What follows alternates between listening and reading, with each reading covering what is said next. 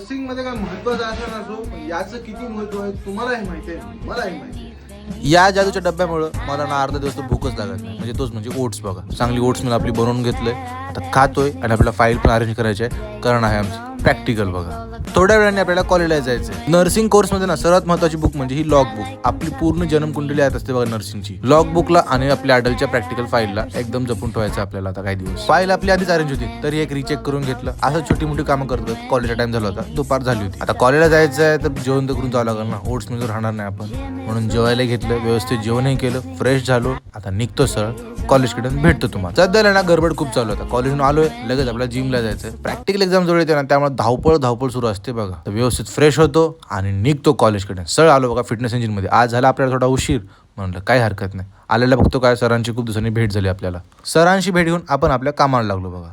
जय बजरंगबली लिहून वॉर्मअपला सुरुवात केली. जिम मध्ये आल्यावर आणि जिम मधून जाताना स्ट्रेचिंग करणं खूप गरजेचं असते बघा. आज आपल्याला लेगचा वर्कआउट करायचा होता. आज कॉलेजमध्ये काहीतरी चांगलंच घडलं बघा. सरांनी सांगितलंय तुमची प्रॅक्टिकल झाली की तुम्हाला काहीतरी चांगलं सरप्राईज भेटेल असं सांगितलं आम्हाला. तर काय आहे अजून काही माहिती नाही बघा. हळूहळू आपण आपला वर्कआउट संपत आलो होतो. शोल्डरचा वर्कआउट सुरू केला, स्ट्रक्स वगैरे सगळे व्यवस्थित मारून आपला वर्कआउट झाला होता. आता जायचं रूमला, व्यवस्थित मील खायची आहे, सगळं करायचं आहे. तोपर्यंत तुम्हाला भेटतो उद्या. बाय. काळजी घ्या आणि फॉलो करा आपल्याला.